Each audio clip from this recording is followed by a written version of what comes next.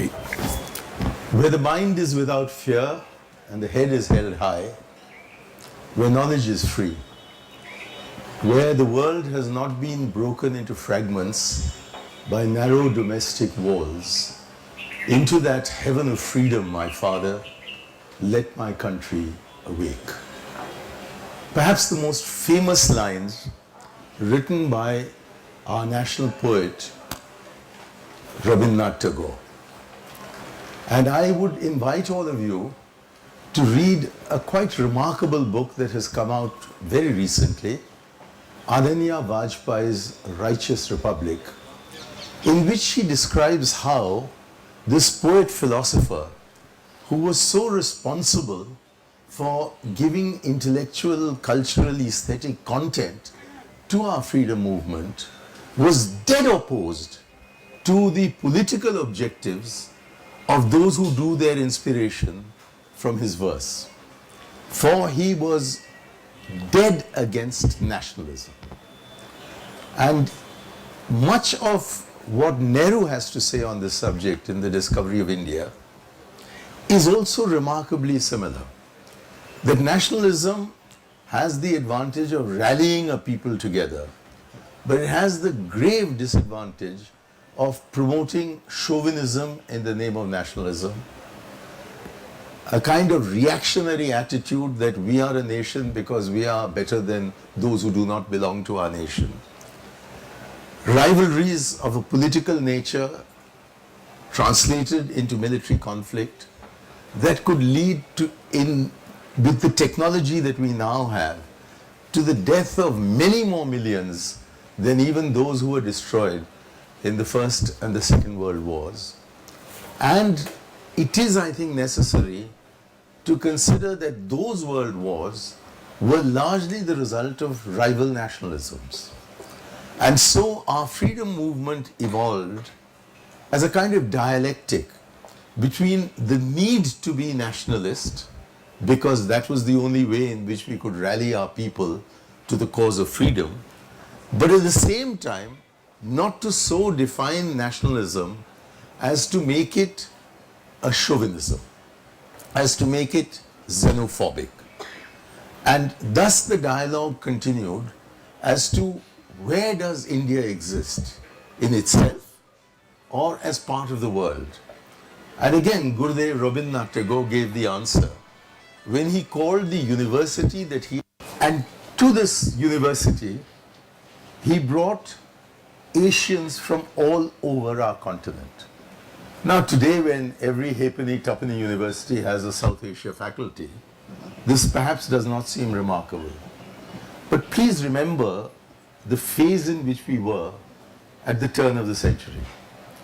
We had been told for all of a century, that is the 19th century, that not only were we militarily nothing and politically virtually non-existent, but also that we didn't really have a civilization of which we could be proud, which was the fundamental ethical justification for the mission civilisatrice. In other words, empire was not aimed at dominating over people of a different color, but empire was aimed at bringing civilization to the barbarous. And much of this rhetoric, much of this idiom had been absorbed by us, with the result that it wasn't considered worthwhile really to study what was happening in Korea or in Japan, or what was the heritage of Persia as it was then called, or of the Arab world. And to this remote village in Bolpur district of West Bengal, Gurudev Rabindranath Tagore attracted some of the best minds. And these best minds were designed to create an atmosphere in which the first foreign policy initiative undertaken by independent India, a few months before we actually became independent, on the 23rd of March 1947, was for Nehru to call the Asian Relations Conference, where there were very few governments present, but a large number of freedom movements present.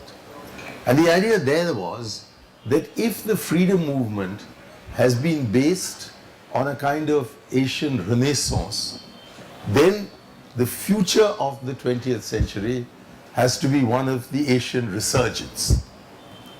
But at the end of this period, we find that whereas Europe, which for centuries has been slaughtering itself through internecine wars and conflicts, has emerged as a European Union, that on the North and South American continents, you have the Organization of African States, of American states, and the most enlightened continent that we have on the planet, Africa, which began with an organization of African unity and is now moved to the African Union. And in startling contrast, we find that Asia remains the most fractured continent in the world. So while the ideals of the freedom movement have not been realized, the fact is that that vision, that view, still continues to underlie the way in which Indians look upon the world or ought to look upon the world. And how should they look upon the world? I think that was articulated most effectively by Pandit Jawaharlal Nehru on the first day that we became independent, when he said that we look upon the world with clear and friendly eyes. There was this belief that we have to all get together and hence peaceful coexistence rather than meaningless confrontation as the way forward. And this could only be done by recognizing in the world at large, in humanity at large, the underlying principle of India's own nationhood, which is unity in diversity. Expressed in another way, Rajiv Gandhi many years later described secularism as the bonding adhesive of India's nationhood. And then added, mind you, he was speaking on the floor of the House in Parliament, and he added that an India that is not secular cannot survive. And to that, the words, and an India that is not secular perhaps does not deserve to survive. So there was no doubt at all that the inheritance of the freedom movement was a celebration of diversity, and a belief that any attempt at imposing uniformity decreased the level of unity, whereas every attempt at celebrating diversity actually strengthened unity. And this has been the principle on which, as a civilization, we have evolved since time immemorial. For there are many civilizations which are older than ours. And there are many civilizations, particularly the Chinese and the Greek, that have a continuity that is comparable to ours. But there is no civilization in the world other than ours which combines antiquity and continuity with heterogeneity. And therefore, in the same geographical area, which comprises Mother India with her right arm cut off as Pakistan and her left arm cut off as Bangladesh, we have one nation, a truncated nation, but one nation. And in a comparable geographic area, which extends from Moscow to Lisbon and from the North Cape to Crete, in Europe you have, if I'm not mistaken at last count, about 38 different nations. They define nations in ethnic terms, that you have to be Catholic or you have to be French-speaking, or some such criterion by which you distinguish yourself from someone else and base your nationalism on it. And that nationalism has caused so much harm to them themselves that they had lately come to a conclusion which in many ways is the commencement of our civilization. That heterogeneity is not to be rejected, but to be accepted as the only valid way of life in a nation or in a world where people of diverse races, people of diverse color, people of diverse languages, people of diverse forms of culture, people of whose food habits are different, whose dressing habits are different, can all still be together, giving rise to an interesting question which you can only answer in India, which is, what is an Indian? Well, an Indian is one who doesn't understand when some other Indian speaks and is not understood when when he talks to some other Indian. He's one whose race, whose religion is different to that of other Indians, whose music, whose poetry, whose literature, whose dances, whose cuisine is different to that of other Indians. And yet, what is an Indian? Well, an Indian is one who agrees that anybody else who says he's an Indian is in fact an Indian. Now, it is in this light that you get to see how India does and ought to view the world. There is a sense that we all belong to one community, that community being humankind. And it got expressed in two words that are quoted endlessly by prime ministers, but that doesn't reduce their significance. Vasudhaiva Kutumbakam. That we all belong, that everything in creation belongs to a single family. And that these linkages cannot be broken simply by political boundaries. And that is why where the British insistently told us that it was they who united the country because they drew political boundaries which more or less included about 2/3 of what we know today as India. They didn't understand that these political boundaries were irrelevant to the sense of being Indian. That when you do the sankalp at the beginning of a Hindu prayer, you begin by explaining where you are. And you begin, that's so that God doesn't give his attention somewhere else. You begin by saying that I am here in the continent of Jambudvip and that I belong to Bharata Varshe, Bharata Khande, Meruhu. So from the time of the Rigveda onwards, there is, or this has been perhaps interspersed into the older verses, a sense that the nation is not coterminous with the state. And if the nation is not coterminous with the state, then it should be possible for us to conceive of the nation as comprising all of humanity. For while political boundaries may exist, something may distinguish you from a Chinese or a Pakistani or a Sri Lankan, the fact is that even if they are Pakistani, they still have almost exactly the same desires and the same needs as you. There is nothing significant that distinguishes an Indian from a Pakistani or an Indian from a Peruvian or an Indian from a Hottentot when it comes to basic human needs, basic human aspirations, the basic human sense of what gives pain and what gives pleasure. And if therefore we do belong to one family, but can live with political boundaries as we have lived, and not only with political boundaries, but political boundaries that change with bewildering rapidity, then you get a sense of nationhood and a sense of humankind, which is different to that which emerges from a narrow concept of what a nation means. So therefore, when the Maulana Azad lectures were instituted and Toynbee was asked to deliver the first lecture, the subject he chose was One World and India. And it so happened that he delivered the lecture on the day that Maulana Azad died. And so Panditji went there, made a most moving tribute to Maulana Azad, and in that mentioned that as far as we are concerned, there is only one world. And if there's only one world, then it becomes very necessary to preserve that world rather than entertain the prospect of finishing that world in the pursuit of a narrow national interest. And that is where his campaign, which I think was much more a moral campaign than a strategic campaign, and therefore far more valuable, for disarmament.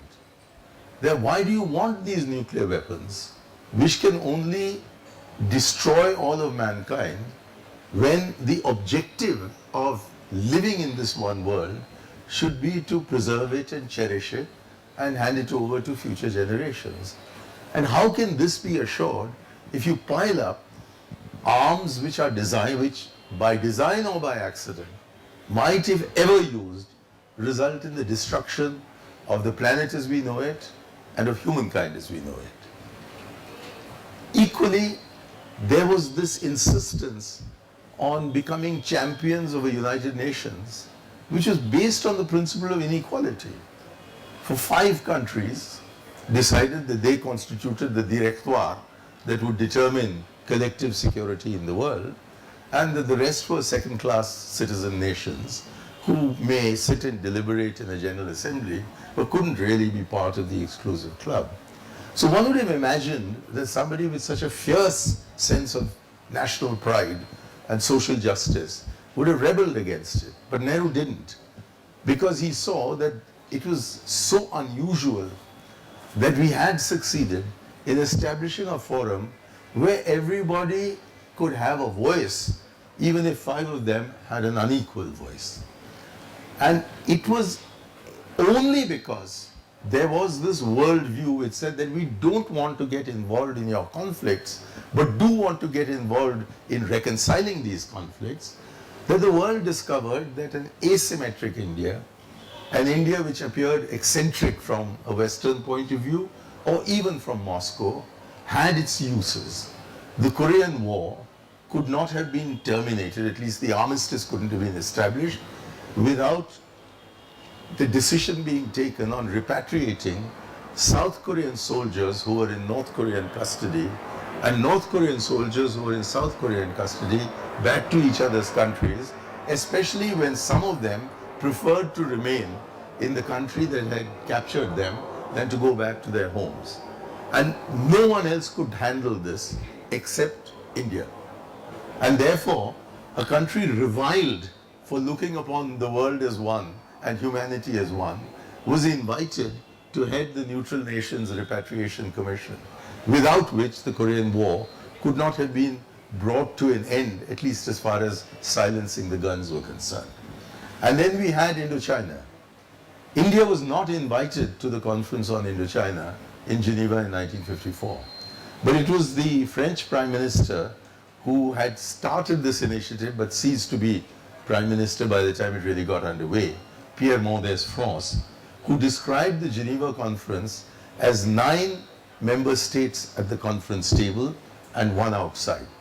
For Krishna Menon had arrived in Geneva, taken residence at the Hotel Beau Rivage, and without him, there was no way in which the North Vietnamese and the Americans could talk to each other, or the representatives of North Vietnam talk to the people from South Vietnam. And as a result of that very constructive contribution, they decided that in order to bring about the implementation of the Geneva Accords of 1954, the world needed to set up 3 separate commissions, international commissions for supervision and control. And whom did they pick as the chairman? The same eccentric India that considered that we need to have a world in which we are all together instead of a world which is tearing itself apart. And what began as an entirely eccentric move on the part of one country to say that we don't wish to be part of the one bloc or the other, ended with the non-aligned movement being the single largest movement in human history, with over 100 nations as member states, when we had the 7th non-aligned summit here in New Delhi at just this time of year in 1983, with more than half of humanity represented in that conference. And therefore, while it might seem that Indian foreign policy was eccentric, actually it was asymmetric in the traditions of the freedom movement. The freedom movement said that we do not accept any of the instruments by which you have come to dominate over us. That we are not going to use force to repel force. And that we are going to use sweet argument even if your ears are closed and you have no desire to enter into a dialogue with us.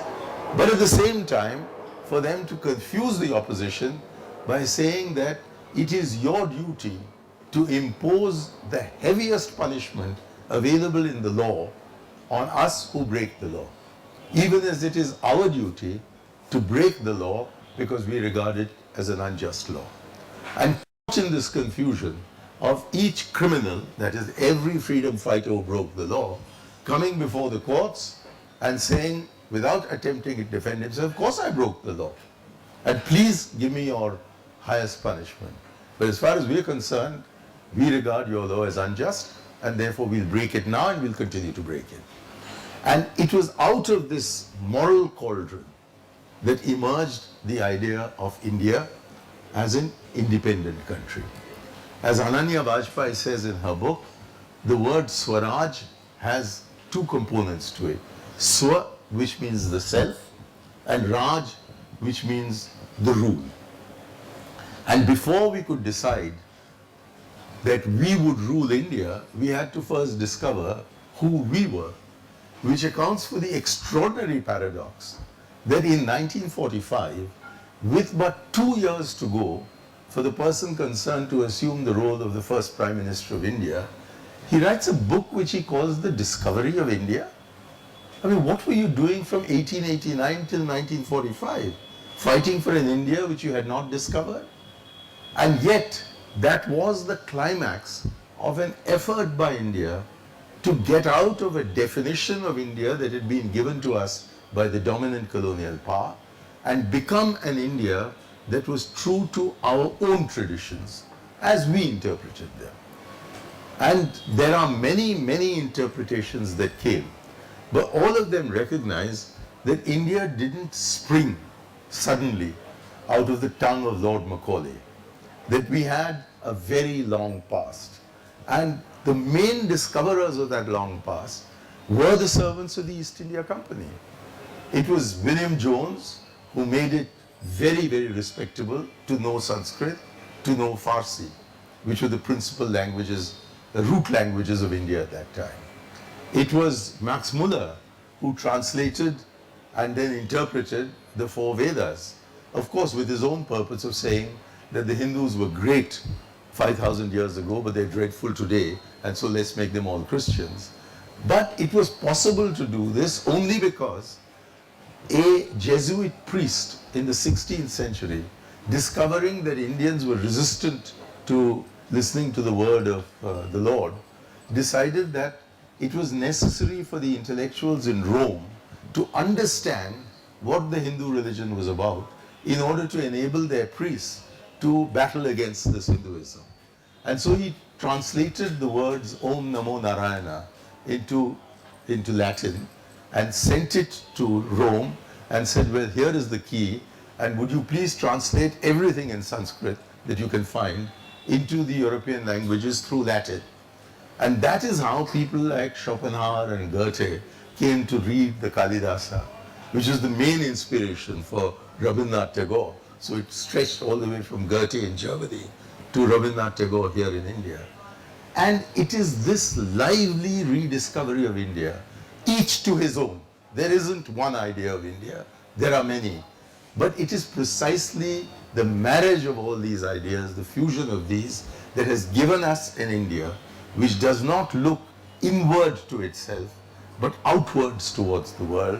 And that is what makes a borderless world feasible, provided we remain true to our own discovery during the freedom struggle. Thank you.